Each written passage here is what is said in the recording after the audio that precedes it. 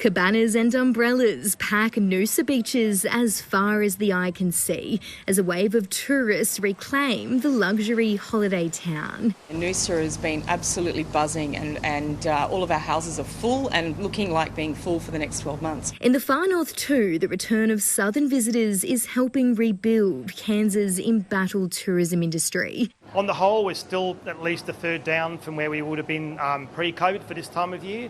But we are quite satisfied nonetheless. More than 600,000 visitors have applied to enter Queensland since the borders reopened in December. We have had a few good weeks of trading, despite the twists and turns that this COVID situation has taken. But despite such high demand, businesses are struggling and some shutting down. As COVID spreads, many are facing crippling staff shortages, with workers forced into isolation because they're deemed a close contact or they test positive. That is a big challenge for many businesses throughout the states who simply do not have enough staff to be open at full capacity, or in some cases, sadly, to be open at all. We've got a number of staff who are testing and isolating and not available. Other businesses are falling victim to the same fate.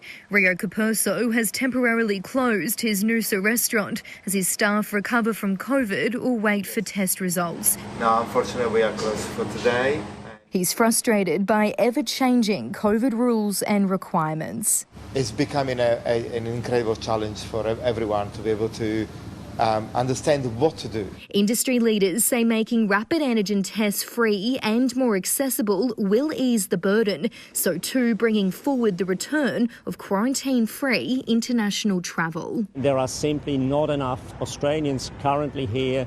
There's not enough to fill all those positions, so we need to open the borders. The commencement of the return of international tourism will signal the start of the real recovery, the true recovery from the pandemic, so we've got our fingers crossed. The Queensland Government says there'll be no border restrictions or quarantine requirements for fully vaccinated overseas arrivals once the state hits the 90% double dose mark. But with no date set, there's continued uncertainty for businesses as many fight for survival. Kira Jones, ABC News.